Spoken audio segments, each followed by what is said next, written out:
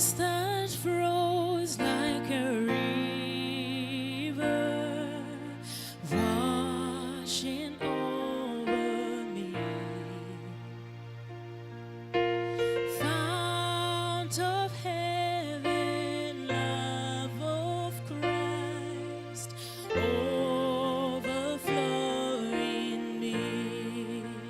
Thank you, Jesus. You set me free. Christ, my Savior, you rescued me.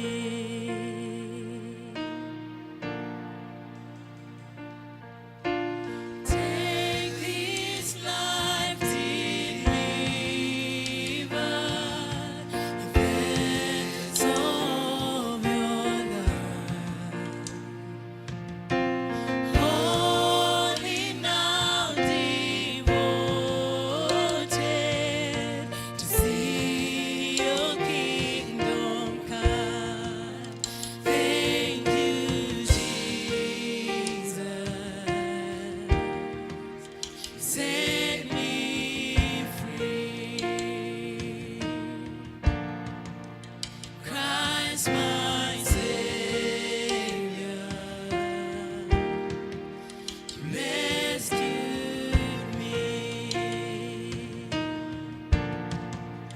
Thank you, Jesus. You set me free. Christ, my Savior,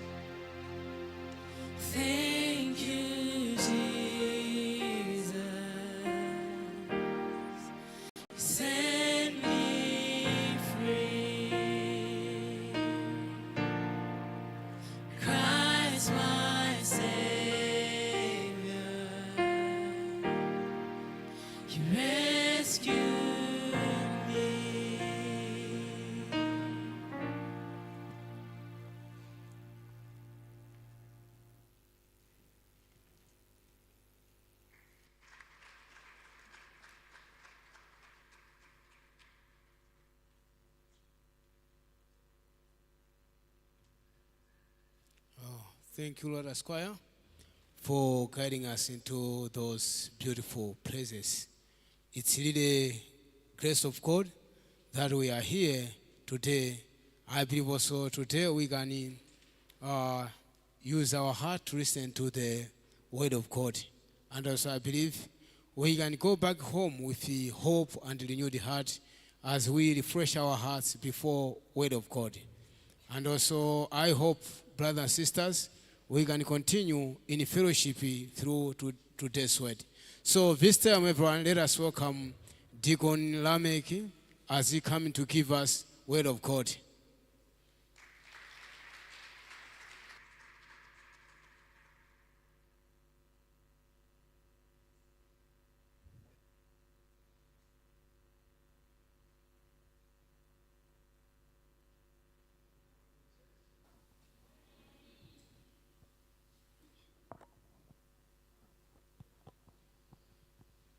Are you happy to be in the house of the Lord? Ndinosangala kukhala nyumba ya Mulungu. I would like to thank God for giving us opportunity to gather today and also worship Him and listen to the word of God. Ndinothokozaso Mulungu chifukwa cha mpata umene kuti tikhoza kukumana pamodzi nkumamvetseranso kumawu a Mulungu. It's my first time to stand on this podium, Nzikoyamba kuyima kutsogolo kuno. so I'm overwhelmed. Ndinodzazidwa ndi chimwemwe. I used to stand on the other podium, Ndinazolowera kuyima mbali inayi ya gome. so that podium is very easy. Ndi podium imeneyi ndiyophwekerako. You don't need to think what to speak. Suyeneranso ziganizira kuti uyankhule chani. You don't need even to seek for revelations. Sufuniranso mavumbulutso. You just need to have your ear to hear what the other person is speaking. Mangofunikira khutu umve kuna kuti nzako yayankhula chani. So when he says yes, you also say yes in another language. Ndi akana kuti eya iwo mayeneranso ngonena emwe mu chiyankhulo When china. he says no, you say no. You just repeat the same things the other person is speaking. Akati ayi iwenso yankhule chomwecho mangotsatira mmene akuyankhulira. But today, God has given me this chance so that I can also share my heart with you. Ndi Mulungu andipatsa mpatowo kuti ndikagawaneso nanu mtima wa Mulungu ndi inuyo limodzi. So you should help me Ndi mundithandizire by not sleeping posagona and answering loudly where you need to answer. ndi ndikuyankha mokweza pamene mufunira mutayankha. Are you going to help me? Mundithandiza? Okay, thank you so much. So today we read from Romans chapter 7. There's 13 to 25. Ndi lero lino tiwerenga kuchoka kwa Roma chapter 7 yambira verse 13 mpaka na 25. Romans chapter 7 from verses 13 to 25. Roma chapter 7 yambira verse ya 13 mpaka na 25. We'll begin to read from verse 13. Tiyambira kuwerenga verse ya 13. Has then what is good become death to me? Certainly not, but sin, that it might appear sin, was producing death in me through what is good, so that sin through the commandment might become exceedingly sinful. Ndipo tsopano chabwino chija chinandikhalira imfa kodi? Msatero ayi. Koma uchimo kuti uoneke kuti uli uchimo, wandichitira imfa mwa chabwino chija, kuti uchimo ukakhale wochimwitsa ndithu mwa lamulo. For we know that the law is spiritual, but I am carnal, sold under sin. Pakuti tidziwa kuti chilamulo chili chauzimu, koma ine ndili wauthupi ogulitsidwa kapolo wa uchimo. For what I am doing, I do not understand. For what I will to do, what I do not practice, but what I hate, that I do. Pakuti chimene ndichita sindichidziwa, pakuti sindichita chimene ndifuna, koma chimene ndidana nacho ndichita ichi. If then I do what I will not to do, I agree with the law that it is good. Koma ngati ndichita chimene sindichifuna, ndivomerezana nacho chilamulo kuti chili chabwino. But now it is no longer I who do it, but sin that dwells in me. Ndipo tsopano sine ndichichita, koma uchimo wokhalabe mkati mwanga ndiwo. For I know that in me, that is in my flesh, nothing good dwells. For to will is present with me, but how to perform what is good I do not find. Pakuti ndidziwa kuti mkati mwanga ndiko mthupi langa simukhala chinthu chabwino, pakuti kufuna ndili nako koma kuchita chabwino sindikupeza. For the good that I will to do, I do not do, but the evil I will not to do, that I practice. Pakuti chabwino chimene ndichifuna sindichichita, koma choyipa chimene sindifuna chimenecho ndichichita. Now, if I do what I will not to do, it is no longer I who do it, but sin that dwells in me. Koma ngati ndichita chimene sindifuna, sindinenso amene ndichichita, koma uchimo wakukhalabe mkati mwanga ndiwo. I find then a law that evil is present with me, the one who wills to do good. Ndipo chotero ndipeza lamulo ili kuti pamene ndifuna chabwino choyipa chiliko. For I delight in the law of God according to the inward man. Pakuti monga mwa munthu wamkati mwanga ine ndikondwera ndi chilamulo cha Mulungu. But I see another law in my members, warring against the law of my mind, and bringing me into captivity to the law of sin which is in my members. Koma ndiona lamulo lina m'zolo zanga lili kulimbana ndi lamulo la mtima wanga ndi kundigonjetsa kapolo wa lamulo la m'ziwalo zanga. O wretched man that I am, who will deliver me from this body of death? Munthu osauka ine adzandilanditsa ndani m'thupi la imfa ili? I thank God through Jesus Christ our Lord. So then, with the mind, I myself serve the law of life of God, but with the flesh, the law of sin. Ndiyamika Mulungu mwa Yesu Khristu Ambuye wathu, ndipo chotero ine ndekha ndi mtimatu nditumikira chilamulo cha Mulungu, koma ndi thupi nditumikira lamulo la uchimo. Good morning once again. Mwadzuka bwanji kachikenanso? So our topic today is freed by the law of spirit of life. Ndeno mutu wathu lero ndikumasulidwa ndi mzimu wa chilamulo ndi lamulo la mzimu. Freed by the law of spirit of life. Kumasulidwa ndi lamulo la mzimu wa moyo. A lot of people, they face challenges when they try to be righteous people. Ndeno ambiri amachitenga chovuta akafuna kukhala olungama. And many people want to be righteous and go to heaven. Anthu ambiri amafuna kukhala olungama ndi kukalowanso kumwamba. And with sincere heart, they try their best to live a righteous life. Ndi moyo wawo odzikhuthula amayesetsa kuti akhale moyo wangwiro. They labor to keep the commandments for religious laws to be good. Amayesetsa kutsatira malamulo komanso kutsatira malamulo achipembedzo. And yet inside them they fall short again and again and miss the mark. Ndeno koma mopitilira amakhala akugwabe nkuphonya cholinga chenicheni. But the problem is that though the people fail, they do not give up. Ngakhale anthuwa angakhala kuti alephera koma sakutopabe chosangalatsa. People still encourage one another, let's try, let's keep the law. Despite those efforts, they continually fail. Ndi anthu amakhala kulimbikitsanabe ngakhala alephera kuti tiyesetsebe posatengera kuti alephera ngati. But the only way to find the solution to this problem is to discover our real problem.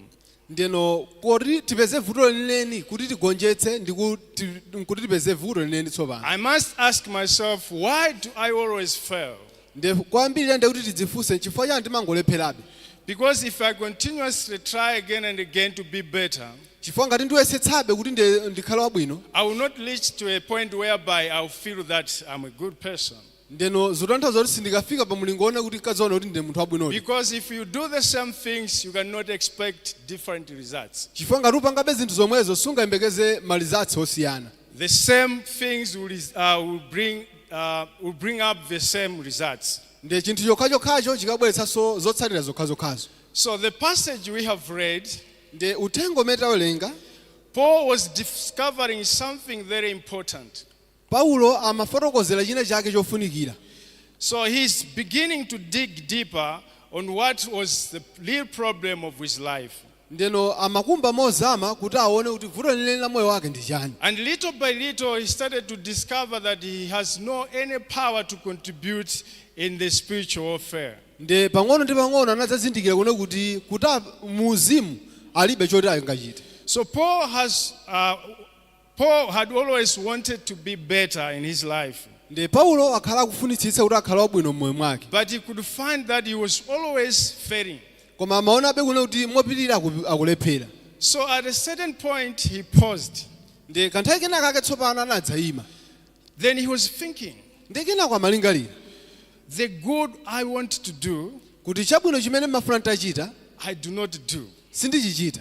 But the evil I do not want to do, but the evil I koma do not choyipa want to chimene do, sindifuna ntachita this I keep doing. ichichi chimene ndimakhala ndiupangabe. Does it happen to you? zimachitikanso kwa inu That you want to do good, kuti mufuna mutachita chabwino but instead of doing something which is good, koma m'malo moti mupange china chake chimene chiti chabwino you find yourself doing the opposite. mmadzipeza nokha une kuti mupanga chosemphana. You want to love your wife, mmafuna mutakonda mkazi wanu, you don't want to fight her, simufuna mutachita naye nkhondo, but you always find yourself fighting. koma mmapeza kuti mupitirirabe ulimbana naye. But when you are alone thinking, ndiye ukakhala wekha ulingalira you start thinking about yourself. ndiye mmamba udzilingalira kwa inu nokha. This is not what I want to do. izinsi zimene ndimafuna tapanga, But why I end up doing the same things which I hate? koma chifukwa chani ndiupangabe zimene ine sindifuna tamapangazi. In other words, Paul is not speaking about a man who is very far from God, ndiye zitanthauza kuti Paulo sayankhula ndi munthu amene ali kutali ndi Mulungu, but he's talking about somebody who desires to live a righteous life. koma akuyamba za munthu amene afuna atakhala moyo wachiyero. But this man is found trapped. komano munthu uyuyu wakodwa. Why is this man trapped like this? ndiye nchifukwa chani munthu uyu wakodwa chonchi. So Paul is discovering 4 spiritual laws ndeno akuzindikira tsopano Paulo chinthu cha uzimu which are contributing to this failure. ndiye chimene chikupangitsa kuti azilepherabe. And he's also discovering how he can be saved from this problem. ndiye akuzindikiranso mmene angapulumutsidwire ku vuto ilili. Now, from now onwards, ndiye kuyambira pano pita mtsogolo I'll be talking about 4 spiritual laws, 4 laws. ndiye ndikhala ndikufotokoza ma stage 4 malamulo anayi. So the first one which Paul is talking about, ndiye choyambira chimene Paulo akufotokoza, and the first law which we look at, ndiye choyambiranso lamulo loyambira limene tilione is the law which God gave it to Moses. ndi lamulo limene anapatsidwa Mose kuchoka kwa Mulungu. And we call it law of Moses. ndiye timatchula kuti lamulo la Mose. So law of Moses as single law. ndiye lamulo la Mose ngati limodzi. So Paul is saying that God gave us the law, ndiye Paulo akutero kuti Mulungu anatipatsa lamulo, but we end up failing to keep this law. koma timapeza tulephera kuti tisunge lamuloli. Now he was searching, is the law bad or good? ndiye amafufuza kuti lamulo loyipa kapena labwino. So let's see verse 13 where we have read Romans chapter 7. ndiye tione vesi yake 30 pamene tinawerenga. Romans chapter 7 verse 13. Roma 7:13. So has then what is good become death to me? Certainly not, but sin that it might appear sin was producing death in me through what is good, so that sin through the commandment might become exceedingly sinful. ndipo tsopano chabwino chija chinandikhalira imfa kodi? Msatero ayi, koma uchimo kuti uoneke kuti uli uchimo wandichitira imfa mwa chabwino chija kuti uchimo ukakhale ochimwitsa ndithu mwa lamulo. So in other words, Paul is saying the law is good, ndiye munjira ina Paulo akunena kuti lamulo labwino, but the problem is me. koma vuto ndi ineyo. You know, in our church most of the time we preach, we say, don't keep the law, don't keep the law. Ndidziwa muchechi mwathu timakondolalira kuti musasunge lamulo, musasunge lamulo. But what people confuse is that they think that we say law is bad. ndiye koma chimene anthu amabalalika nchone kuti amaona ngati tunene kuti lamulo loyipa. But law is not bad, it's good and it's perfect. koma lamulo si loyipa, ni labwino komanso langwiro. And in fact, it's too good. ndeno makamakaso labwino kwambiri. But the problem koma no vuto is that we are too evil. koma ife ndi oyipa kwambiri. So the law is too good and you are too evil. ndiye lamulo ndi labwino kwambiri iwe ndi oyipa So kwambiri. you who are too evil, you want to keep the law which is perfect. ndiye iwe amene uli oyipa ufuna usunge lamulo limene lili langwiro. It's like you have a seed, maybe from Sidiko, let's say SCC 719, which is called Njovu. ndiye tiyelekeze kuti uli ndi mbewu ya sidiko kapena ya njovu. And this one is certified, it is very good. ndiye izizi zidavomerezeka kuti ndi zabwino kwambiri. But the land, the ground which you have, it's full of stones. ndiye koma nthaka imene uli nayo ndiye kuti ya miyala. And then you take this seed which is certified, it's in the packet, ndiye utenga mbewu iyi imene ili yovomerezeka ili mpaketi. and you plant it on this land which is full of stone. ndiye ukayidzala pa malo awo amene ali amiyala. Do you think it will grow? ndiye mugeza ngati likakula It will grow? ikula. So what is the problem? ndiye vuto ndi chani? Is the problem the seed? kuti mbewu ndiye vuto? What is the problem? vuto ndi chani? The ground. ndi nthaka. So in the same way, the law is like this seed. ndiyeno munjira yomweyi ndiye kuti lamulo lili ngati mbewu imene It's very good. ndi yabwino kwambiri. But the problem is our heart.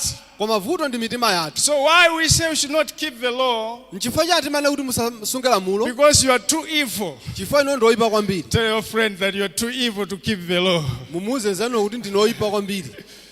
So Sunga the sunga law lamulo. is pure and it's good and it's perfect. lamulo ndi labwino ndipo nlangwiro. But the problem is us. ndiye koma vuto ndi ifeyo. So we cannot grow this seed on this stony ground. ndiye sitingadzale mbewu iyi pa nthaka iyi ya miyala. It cannot grow. sikamera. The same way, munjira yomweyo us who are also evil, ifenso amene tili oyipa we cannot keep the commandments of God. sitingasunge malamulo a mulungu. So let's, in just passing, let's talk about the four things associated with this law of Moses. ndiye tiye tifotokoze zinthu zinayi zimene zikugwirizana ndi malamulo a Mose. Pastor has been preaching this, but I just want to look at them in very short time. ndiye abusa akhala kulalikira zimene ndiye mafuna ndingodutsa moso kwa kanthawi kochepa. So the first thing about this, I'm still on the law of Moses, right? ndiye nakalipa lamulo la Mose si choncho. So there is a background of this law.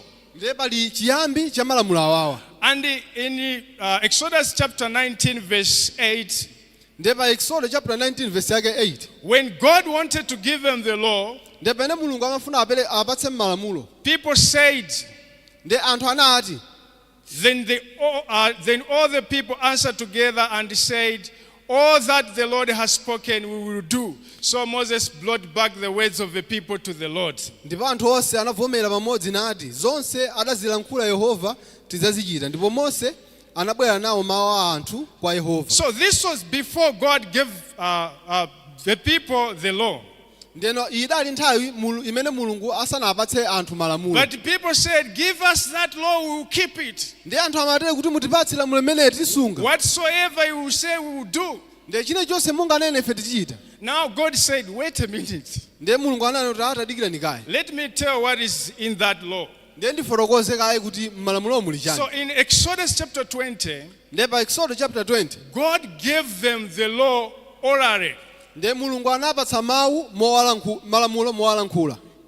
At that time, they were not written anywhere. ndiye pa nthawi imene adali oti sanalembedwe. Why he did this? ndiye chifukwa chani anapanga He izi. wanted them to say, no, I think it's not according to our pattern, we should not give us. ndiye amafuna alingalire mozama kuti izi sitingakwanitse molingana ndi mmene ife tilili. But after hearing what was written in the law, komano atamva zimene zinalembedwa m'malamulo. in Exodus chapter 24, verse 3, that is after hearing what was written in the law. Exodus chapter 24, 24 verse yake ya 3. verse 3. So Moses came and told the people all the words of the Lord and all the judgment, and all the people answered with one voice and said, all the words which the Lord has said, we will do it. ndipo Mose anadza nafotokozera anthu mawu onse a Yehova ndi mauluziro onse. ndipo anthu onse anavomera pamodzi nati mawu onse walankhula Yehova tidzachita. So this was after God has spoken the law which he wanted to give them. iyi inali nthawi imene mulungu anawayankhula m'malamulo amene amafuna awapatse. So they heard what God wanted to give them. Ndi anamva zimene mulungu afuna awapatse. And after hearing, they said, whatsoever the Lord has said, we will do. Ndi atatha kumva zimenezi anati kuti chine chonse imene mulungu anenacho tidzachichita. Then God called Moses to go to Mount Sinai so that he would be given the written ones. Ndi mulungu anamuyitana Mose kuti akapatsidwe olembedwa tsopano. And Moses was there for 40 days, for 40 nights. Ndi Mose anakhala pa phiripo kwa masiku 40 ndi usiku 40. But people started wondering, is he going to come back? Ndi anthu anayamba kudabwa kuti abwereradi I ameneyi. think God has killed him. Ndiona ngati mulungu amupha ameneyi. So they commanded Aaron and said, make us a god. Ndi anamulamula Aaroni kuti mutipangire mulungu. At that time they were waiting for the law. Ndi pa nthawi imene amadikira malamulo. But they saw that it's too late. Moses is not coming maybe. Ndi adaona kuti wachedwa Mose mwina sabwera. So they made a golden calf and started worshiping it. Anapanga kamwana kang'ombe nkwamba ukalambira. So God saw while Moses was in the mountain Ndi mulungu anaona pamene Mose anali pa phiri. that people had made a graven image or an image of God.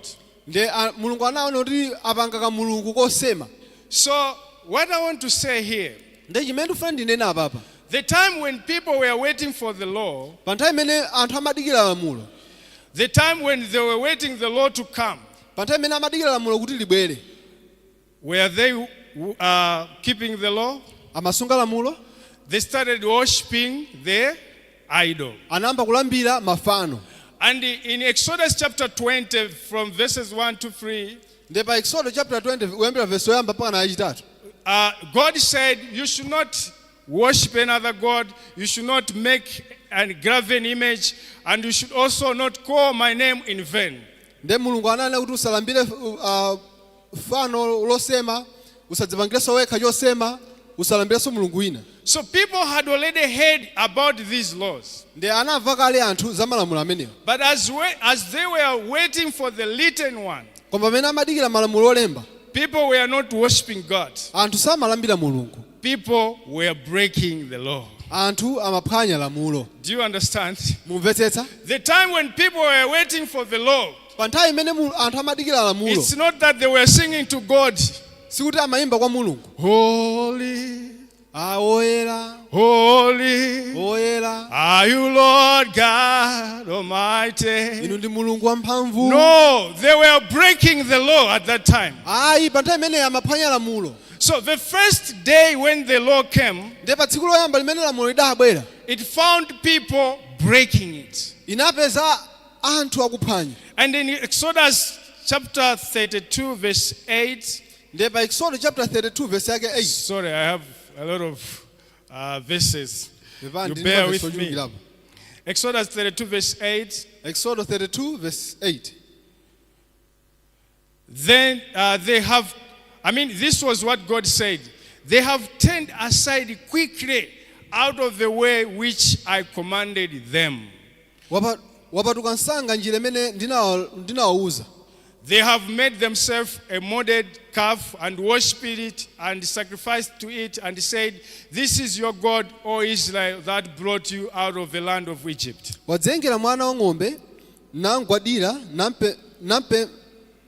namphera nsembe, nati si milungu yako Israeli imene inakukweza kuchokera m'dziko la Igupto. So a few days ago, Ndi masiku apitawo they chepa. heard God say you should not worship other gods. Anamva mulungu anena kuti usapembedze mulungu wina. But after just few days, Koma patangotha masiku ochepa. they had made this image of God. Ndi anapanga chithunzithunzi cha mulungu. And God is saying, you have turned aside quickly out of the way. Ndipo mulungu akunena kuti mwapatuka nsanga mu njira yanga. So this is the image of a man. Ndi ichi ndiye chithunzithunzi cha munthu. We are very easy to turn against God very quickly.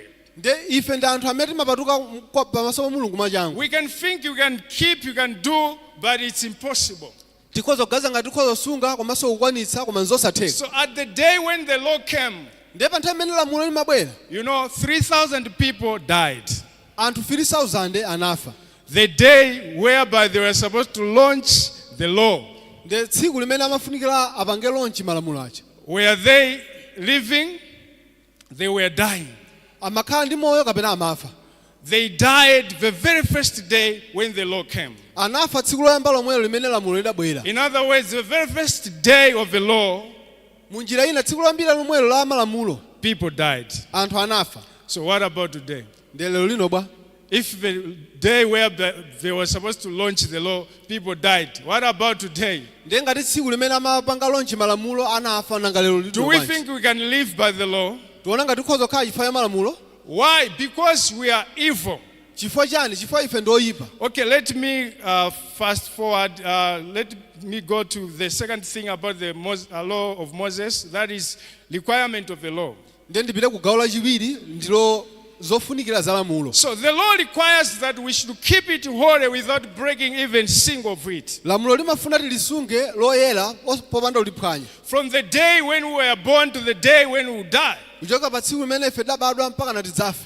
Do we think you can manage to do this? Tiona ngati tikhoza kukwanitsa panga izi. And in James 2 verse 10, Ndiye pa Yakobo 2 verse yake ya 10. James 2 verse 10. Yakobo 2 verse yake ya 10.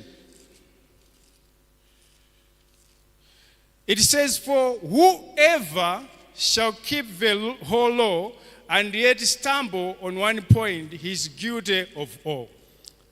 Akuna kuti wina aliyense angasunge malamulo onse nkulephera pa lamulo limodzi ndi ochimwira onse. Do we see ourselves manage to keep the law? Tikudziona tokha tikwanitsa kusunga lamulo? Because Bible says if you keep the whole law and stumble on one point, yes, Chifukwa ngati Bible linena kuti ngati ungasunge malamulo onse nkulephera pa limodzi, you are guilty of the whole law. ndiye kuti ndi olakwira malamulo onsewa. Sorry, there was a story which somebody told me Ndiye pepani pali nkhani imene wina adandiuza. that a certain man went to his girlfriend Ndiye kuti mbambo wina mnyamata wina adapita kwa chibwenzi chake. and told her that today I want to sleep with you. Kuti lero lino ndifuna ndigone nawe. How can I say that you love me if we don't sleep together? Ndiye tikhoza kutero bwanji kune kuti umandikonda ngati iwe sundivomera. So the girl said, no, you should wait, we should be wedded first. Ndiye mtsikana amatero kuti ayi tadikira tikwatirane He kaye. said, no, I can't wait. Ayi singadikire. So the lady said, okay, that's okay.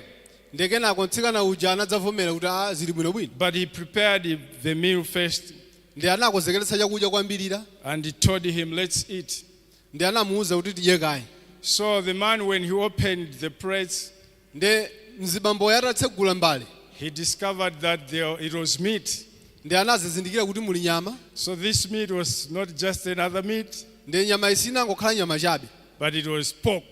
Koma no inali ya nkhumba. So the man said, no, at our church forbid us from eating this pork. Ndiye no amatero kuti akuchechi kwathu amatiletsa kuti tidye nyama Why ya have you nkhumba. prepared pork? Bwanji wandikonzekeretsa nyama ya nkhumba. So the lady said, so at your church, they allow you to commit adultery, Ndiye but anadzamufunsa forbid kuti you from eating pork.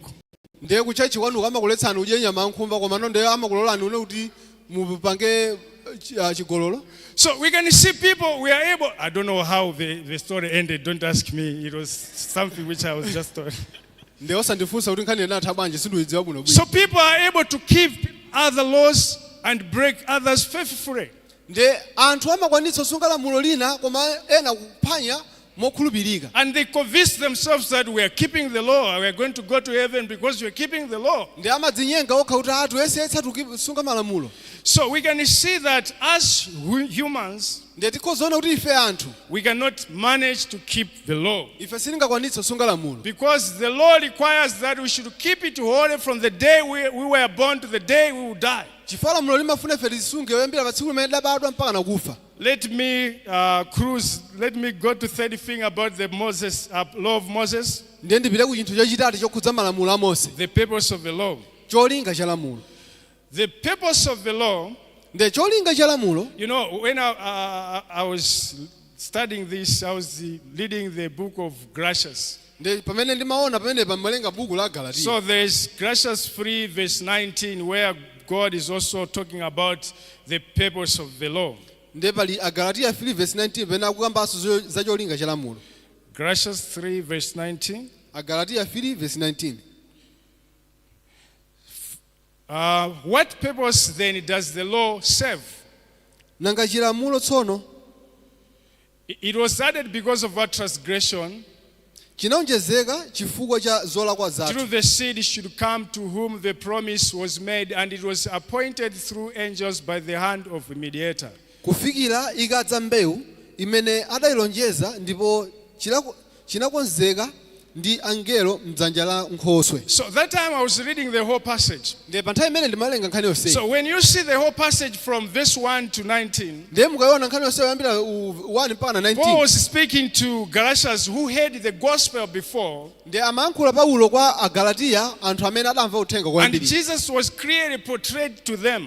ndiye Yesu Khristu anaonetsedwa bwinobwino kwa iwo. But in the process, they went back to keeping the law. komano pakupita kwa nthawi anabweranso pakusunga lamulo. So Paul was wondering, ndiye Paulo amadabwa. and he started by saying, "You are foolish." ndiye anayamba nkuwafotokoza kuti ndinopusa. He said, "Foolish Galatians." ino Agalatiya opusa. But then he thought deeper. ndiye anapita mozama. Is this only foolishness?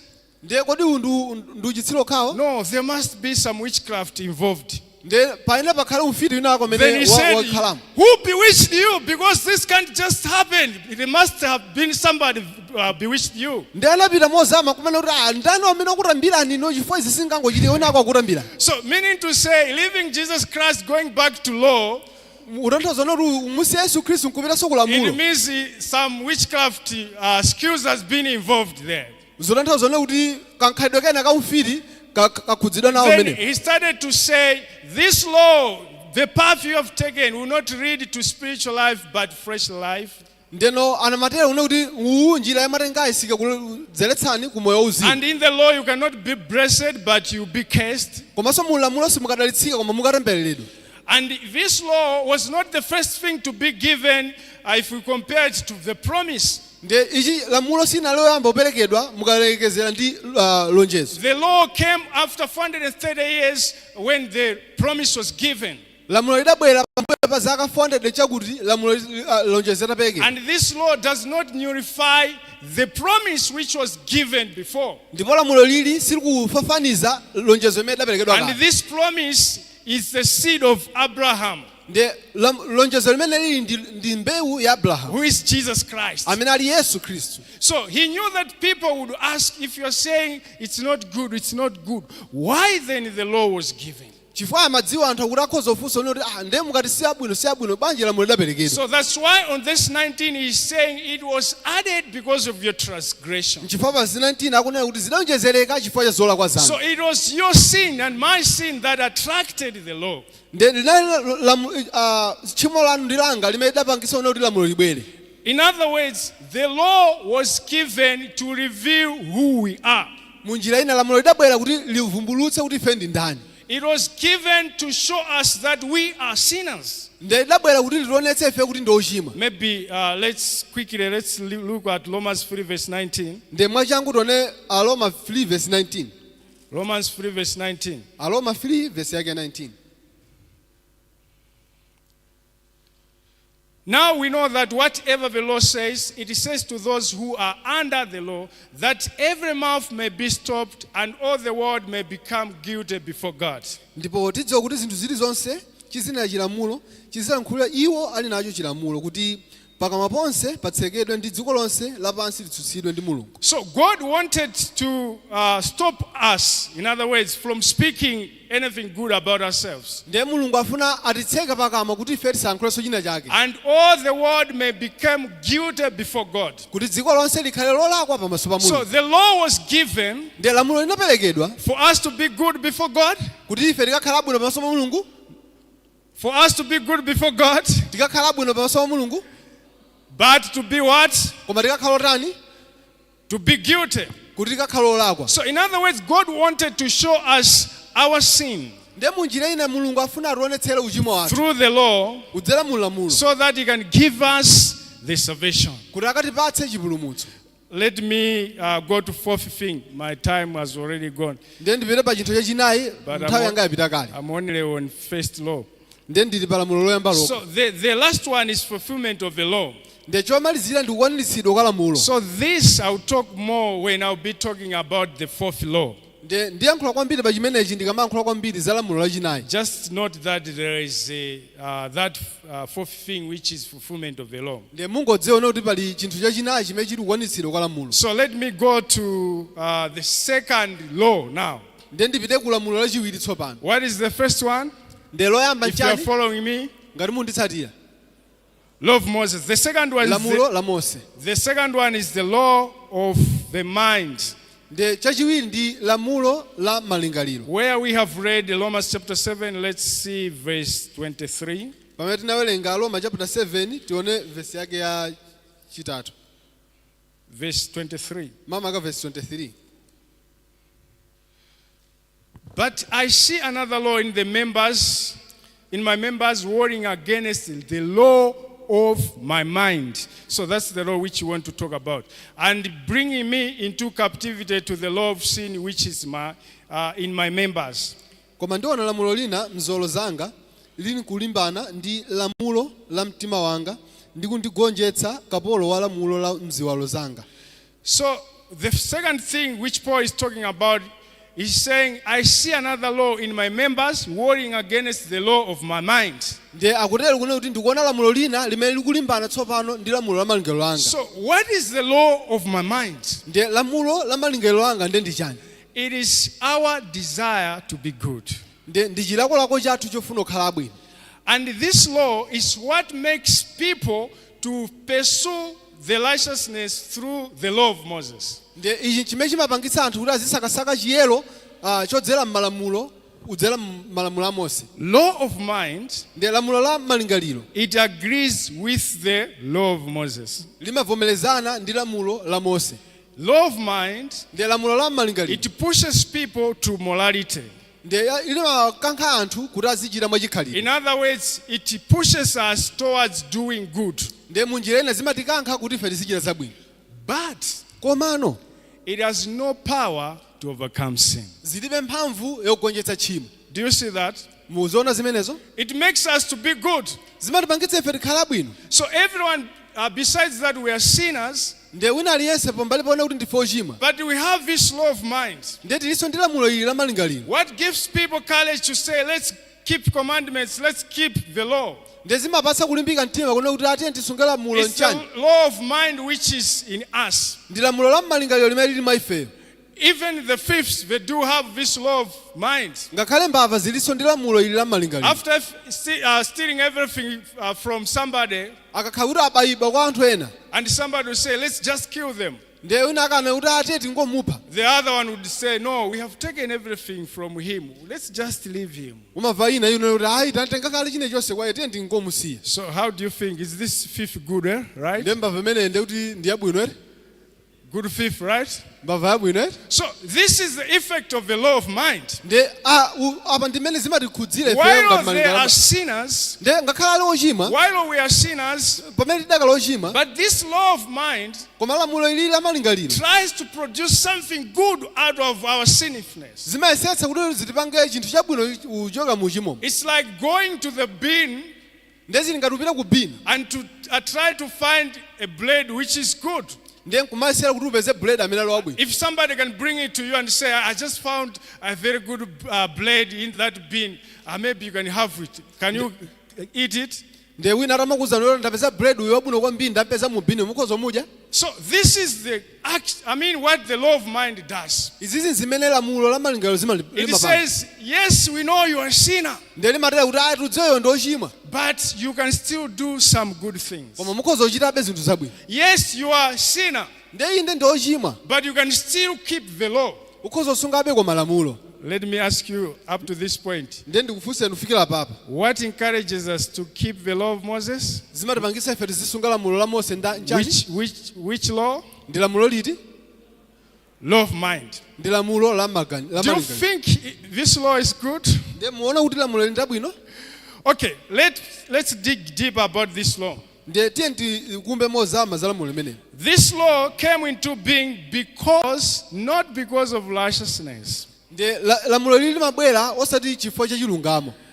It came into being after man disobeyed God. Linabwera mwa munthu munthu atachimwira mulungu, after man was separated from God.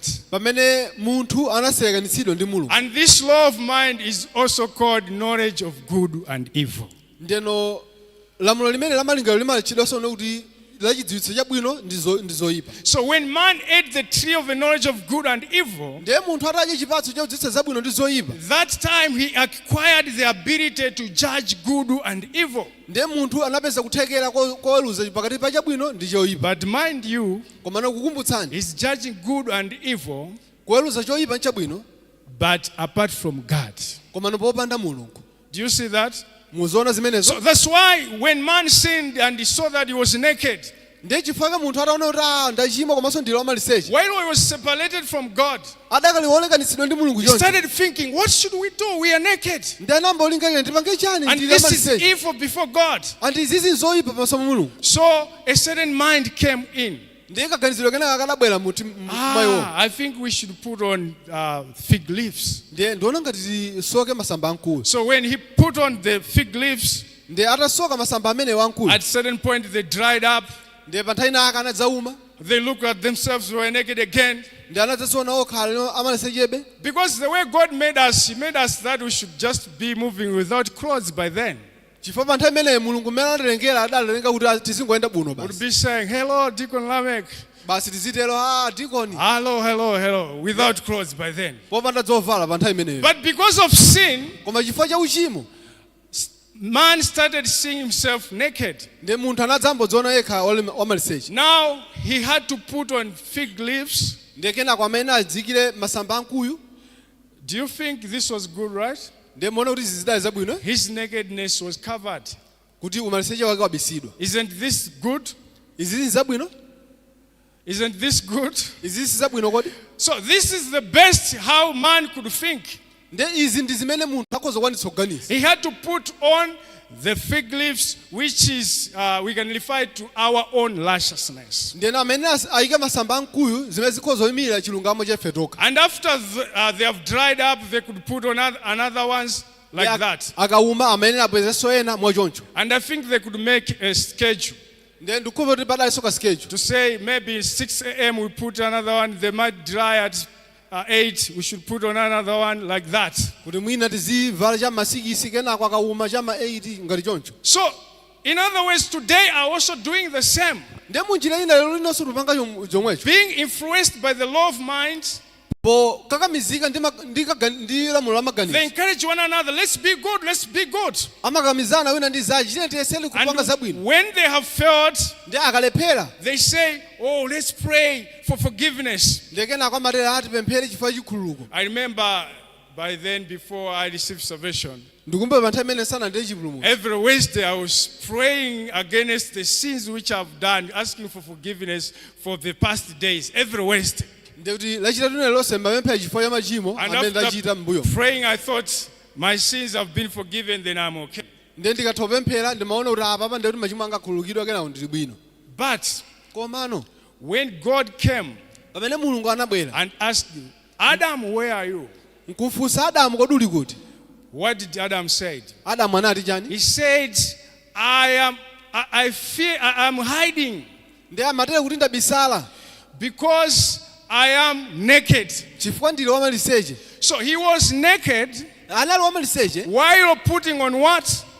ndiye atavala cha Fig leaves. masamba amkuyu. So why Adam didn't say, God, I'm here. I was naked, but I just figured out and put some leaves here. Ndiye chifukwa chani Adamu sanangotuluka kuti basi ndali wamaliseche ndiye apa ndavala masamba amkuyu. Because these fig leaves was not the way of God. Chifukwa masamba amkuyu awa sanali njira ya mulungu. My friends, Azizanga don't put on fig leaves. musayike masamba amkuyu. Your righteousness Chilungamo chanu cannot help you to stand before God. sichingakuthandizeni kuti muyime pamaso pa mulungu. Just as Adam could not be bold before God. Monga so Adamu sanali olimba mtima pamaso pa mulungu. So, let me conclude. Ndiye ndimalizitse. The law of mind Ndiye lamulo la malingaliro does not help us to stand with boldness before God. sitipangitsa ife tiyime molimba mtima pamaso pa mulungu. It helps us to be good, Zimatithandiza ife tukhala abwino. but that goodness koma ubwino umenewo is produced apart from God, zimapangidwa popanda mulungu, which means it cannot be received by God. zimene zotanthauza kuti sizolandiridwa kuchoka kwa mulungu. If you try to keep the law to be better by yourself, Ngati mungasiyera kusunga malamulo kuti mukhala abwino mwa inu you are nokha, using the law of mind, ino mugwiritsa ntchito lamulo la malingaliro, which cannot even overcome sin. zimene sizingagonjetsenso ngakhale tchimo. My time has already gone. Let me Nthawi yanga ikupita. proceed to the third one, the law of sin and death. Nde lamulo la imfa ndi tchimo, la tchimo ndi imfa. Law of sin and death, verse 24, of, where we have read. Ndeno pa verse yake 24 pamene nawerenga Roma chapter 7. I mean, let's go back to verse 23. Ndiye tibwerere pa verse 23. So, verse 23 says, "But I see another law in my members, warring against the law of mind." Akuti koma ndiona lamulo lina m'ziwalo zanga lili kulimbana ndi lamulo la mtima wanga ndi kundigonjetsa kapolo wa lamulo la m'ziwalo zanga. And bringing me into captivity to the law of sin which is in my members. Ndi kundibweretsera lili kulimbana ndi lamulo langa la mtima wanga ndi kundigonjetsa kapolo wa lamulo la m'ziwalo zanga. So this third law is called law of sin and death. Ndi lamulo limene limatchedwa kuti lamulo la imfa, la uchimo ndi imfa. Maybe for us to see where it has exactly been written like that, let's see Romans chapter 8, verse 2. Kuti tione kuti lidambedwa upati, ndiye tione Aroma chapter 8 verse yake 2. Romans 8, verse 2. Aroma 8 verse 2. So, for the law of the Spirit of life in Christ Jesus has made me free from the law of sin and death. Pakuti chilamulo cha mzimu wa moyo ndi mwa Khristu Yesu chandimasula ine kulamulo la uchimo ndi la imfa. So the third law is that one, the law of sin and death. Ndiye lamulo lachitatu ndimene la imfa, la chimo ndi imfa.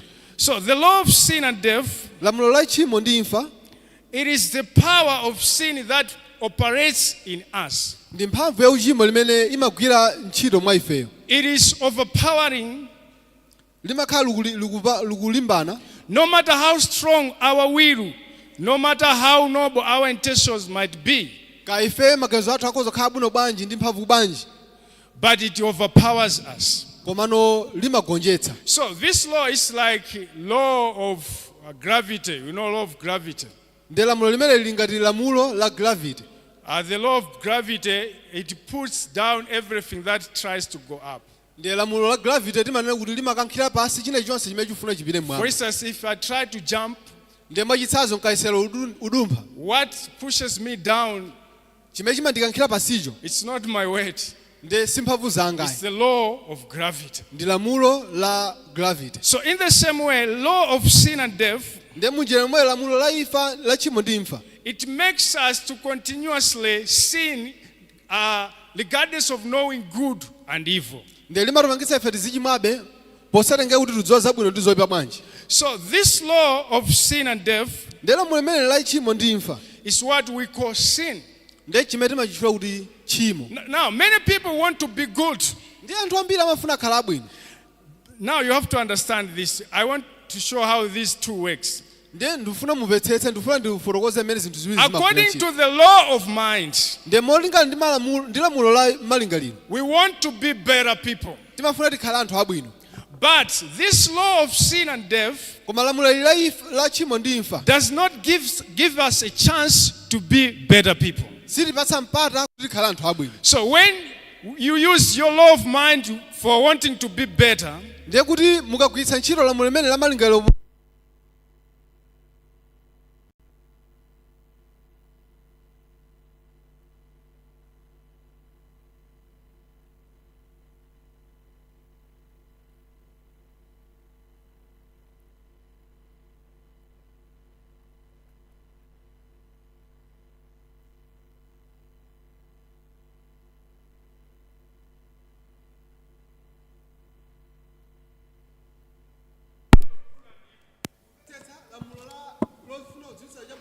and in fact, who operates behind the law of mind? ndiye chimene chimapanga kuno kuti chimagwira ntchito pa lamulo la malingaliro ndi chimo ndi chani? La malingaliro. It's the devil.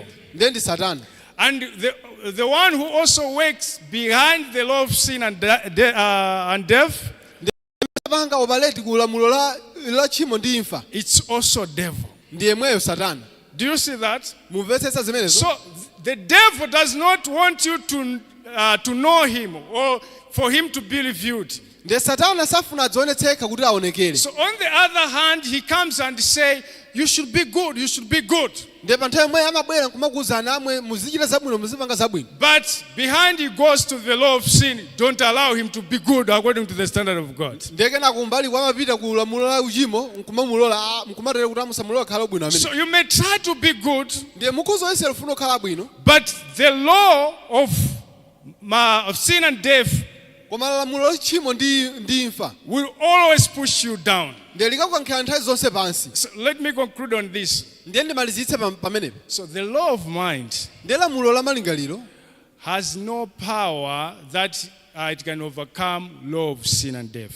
ndiye libe mphamvu loti likhoza kugonjetsa lamulo la tchimo ndi imfa. Every time law of mind starts the battle fighting against law of sin and death, Ndiye lamulo la maganizo nthawi zonse limayamba nkhondo kuti lilimbane ndi lamulo la tchimo ndi imfa. law of mind loses. Ndiye lamulo la malingaliro limaluza.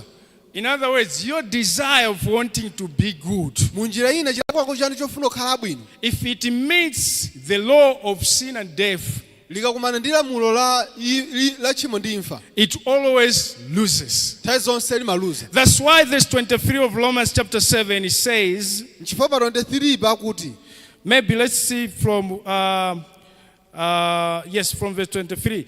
But I see another law at work in me, waging war against the law of mind and making me a prisoner of the law of sin at work within me. koma ndiona lamulo la ziwalo zanga likulimbana ndi lamulo la mtima wanga. So the law of sin and death Ndiye lamulo la tchimo ndi imfa always conquers the law of mind. ndiye nthawi zonse limalimbana ndi lamulo la malingaliro. Now, law of mind Ndiye lamulo la malingaliro pushes you to keep the commandment to be good but apart from God.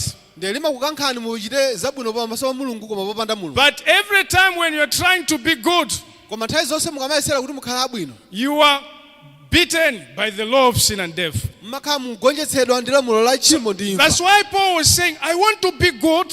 Nchifukwa Paulo amati ndifuna nditakhala wabwino To will I have, kufuna kwakha ndili nawo but to perform I do not find. koma kuti ndichite ndiye kuti sindizipeza. Many people want to be better. Anthu ambiri amafuna kukhala abwino. Many people want to be good. Anthu ambiri amafuna kukhala abwino. But the problem, we are using the law of mind, Koma vuto loti tikugwiritsa ntchito lamulo la malingaliro. which is also being persuaded, or it's being given the resources and the power by the Satan.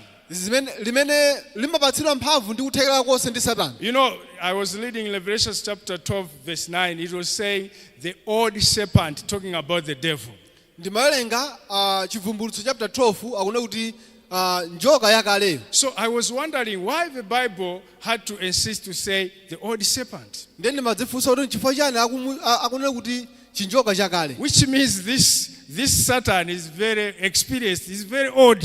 Zimene zotanthauza kuti Satana ali ndi experience yayikulu ndi wakale. But people they just take him lightly. They think they can trample on him. They say, timponde Satana, timponde huyo, timponde.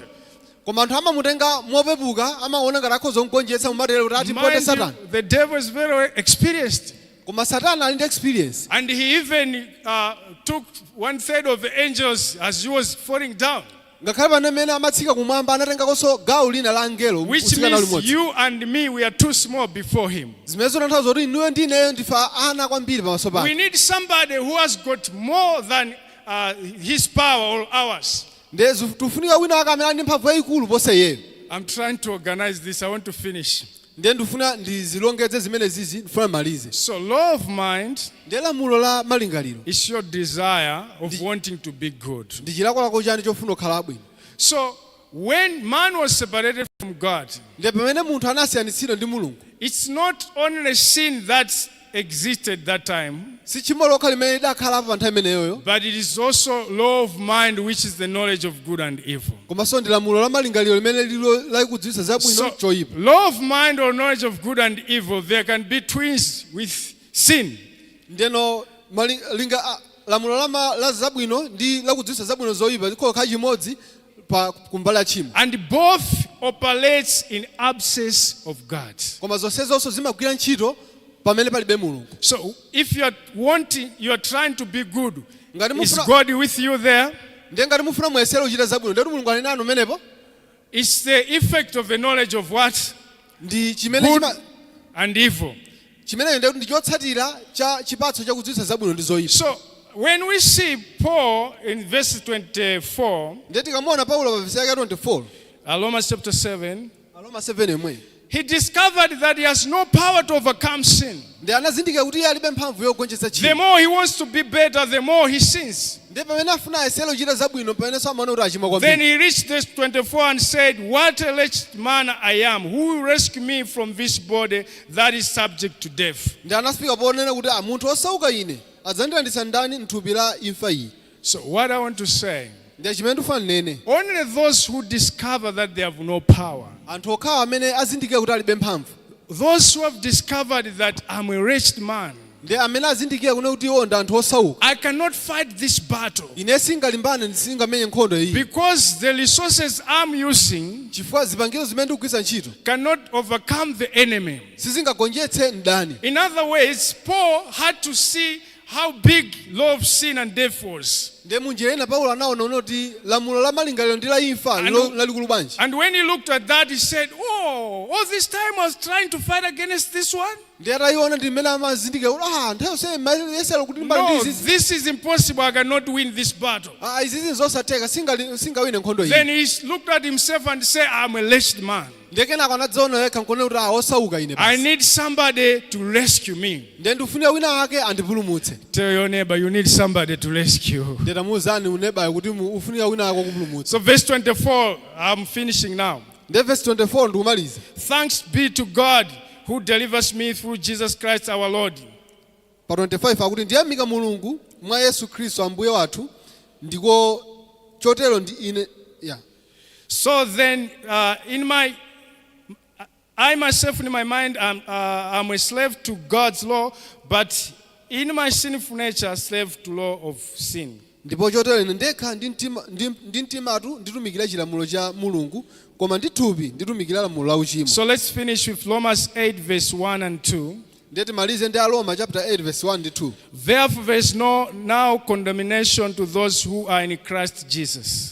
Chifukwa chache tsopano iwo akukhala mwa Khristu Yesu alibe kutsutsidwa. Because through Christ Jesus, the law of spirit and life has set me free from the law of sin and death. Pakuti chilamulo cha mzimu wa moyo mwa Khristu Yesu chandimasula ine kulamulo la uchimo ndi la imfa. So the fourth law is the law of spirit of life.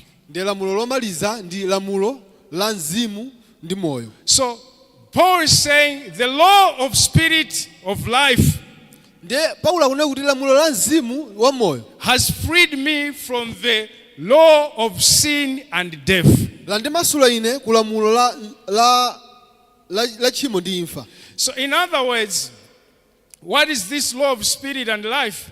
Ndiye munjira ine lamulo limeneli la mzimu ndi moyo ndi chani? It's Jesus Christ who came into the world to die for us and pay the penalty for our sins. Ndi Yesu Khristu mwina amene anabwera kuti adzafe nkulipira mphotho ya uchimo wathu. Because we could not manage to fight this battle. Chifukwa talibe kuthekera kuti tikhoza kwanitsa wina nkhondo iyi. If the law of mind would fight against the law of sin 10 times, Ndiye ngati lamulo la maganizo lidakhala kuti lilimbana ndi lamulo la uchimo kateni, it would also fail 10 times. lidakhala kuti lolepheranso maulendonso If khumi. law of sin and law of mind would fight 100 times, Ndiye ngati lamulo lili la malingaliro lidakhala kuti lalimbana nalo ka 100, it would also fail 100 times. ndiye lidakalepheranso maulendonso 100. So, though law of mind pushes us to keep the law, Ndiye ngakhale lamulo la malingaliro limatikankha kuti tisunge lamulo, but this law of mind has no power to overcome law of sin and death. koma lamulo limene lilibe mphamvu logonjetsa lamulo la tchimo. So that's why every time on Sunday people they confess their sins. Chifukwa sabata ina lonse anthu amalapa machimo awo. Because their law of mind, their desire has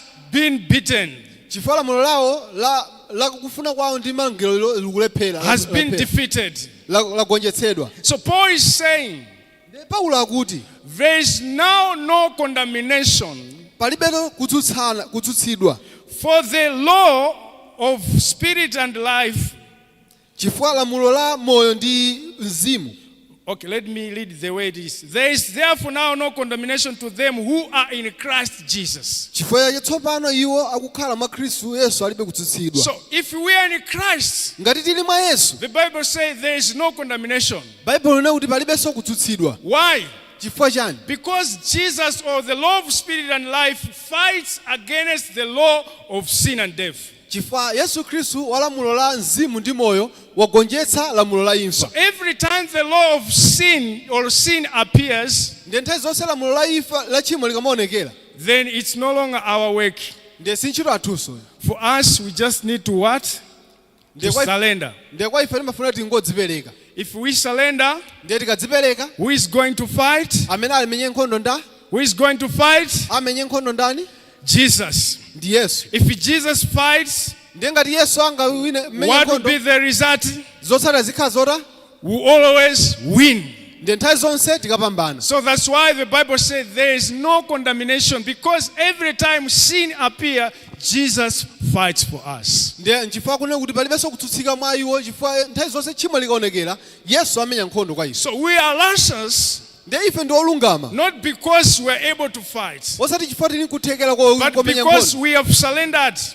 koma chifukwa kuti tadzipereka tokha. We have seen that we have no power Taona kuti ife tilibe mphamvu, and pave way for Jesus to fight for us. ndikupatsa njira Yesu Khristu kuti amenye So nkhondo. if he fights for us, ndiye ngati angamenye nkhondo kwa ife, we will always win. nthawi zonse tikapambana. But if it's us fighting, Koma ngati ndi ife amene tikakhala tikumenya we nkhondo, will always lose. nthawi zonse tikaluza. So today, that's what I wanted to share with you. Lero lino ndimene mafunanso ndigawane nanu, That it's through the law of spirit and life we are freed.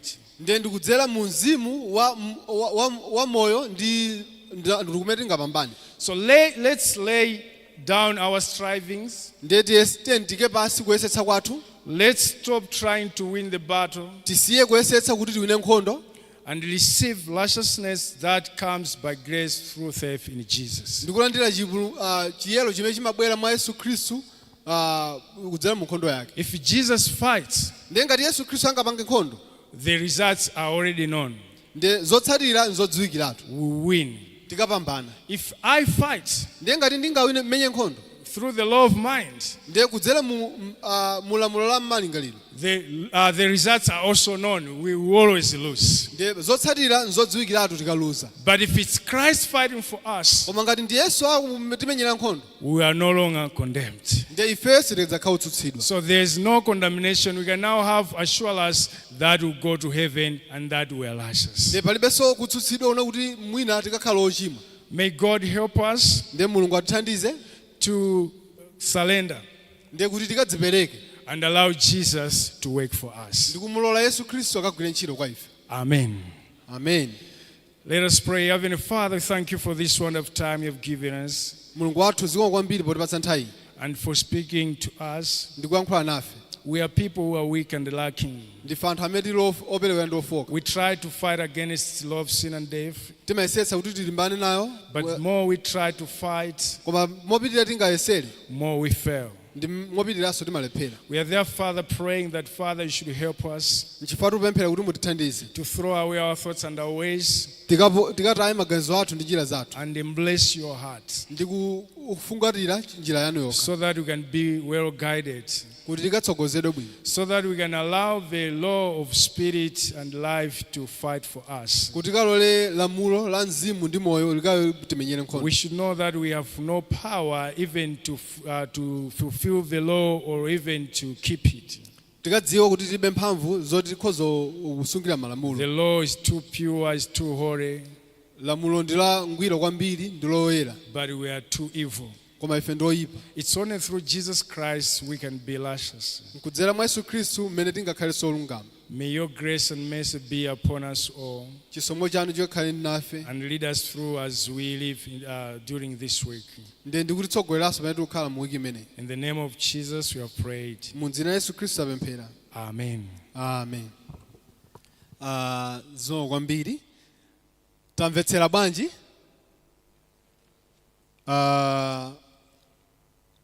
afotokozera bwino kwambiri za uthengaso wa lero kuchokera pa Aroma chapter 7 uyambira verse 13 ulekeza 25 afotokoza choyambirira kuti lamulo ndi chani ngati mmene lidabwerera kuti tizindikire chifukwa ena timangokhala ndi liuma lofuna kusunga lamulolo koma sitidziwa kuti ngakhale lidabwera bwanji. Akunena kuti ngakhale pa nthawi imene limabwera lamulolo amene amapatsa oyambirirawo ati akanika kusunga ati anafa konso anthu ochuluka pa tsiku lenileni loyambirira chifukwa akanika kulisunga. Akunena kuti pali kusiyana pakati pa lamulo ndi lonjezo. Lonjezo linabwera zaka 400 chakuti lamulo lisanabwere, ndipo chimene lamulo limabwerera sikune kuti ife tikakwanitsa kulisunga koma limabwera kuno kuti litipange kuzindikira kuti ife ndi ochimwa ndi olephera, kuti litatha kutizindikiritsa kuti ndife anthu olephera tikadziwe kuti tilibenso chogwira, tilibenso chimene tingadalire, koposaposa tikangoyang'ana maso athu kwa Mulungu tikadalire Yesu Khristu amene adabwera kwa ife. Ndi anafotokozanso za malamulo angapo, ndeno mwachidule ndingofotokoza lamulo la malingaliro kuno kuti limene limatipangitsa kuti tiziona kusiyana kwa chabwino ndi choyipa, limene lili lidalephera ndipo limalephera lidzalephera. Kuti tingayesere bwanji kuti tiyese kupanga zabwino timazindikira tokha kuti zotsatira zake nzoyipa. Ndi vuto sikuti sitidayesetse kwambiri koma vuto ndione kuti tagwiritsa ntchito njira yolakwika. Ndi akutera kuti njira yabwino ndi imene anayiwerenga pa Aroma chapter 8 verse yake 2 kuno kuti ifeyo ndi kuti chimene chingagonjetse ndi lamulo la moyo ndi la mzimu amene ali Yesu Khristu amene tikudziwa kale inu ndine kuno kuti salephera. Haleluya. Ndi ifelo lino tikangodaya Yesu Khristu amene tikudziwa kuti nthawi zonse amawina nkhondo.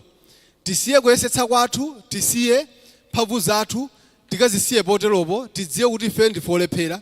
Koma no Yesu Khristu amene salephera tikamulole atitsogole mu njirayi, atimenyere nkhondo, tidzakhala anthu opambana, tidzakhala anthu amene sitidzakhala otsutsidwa.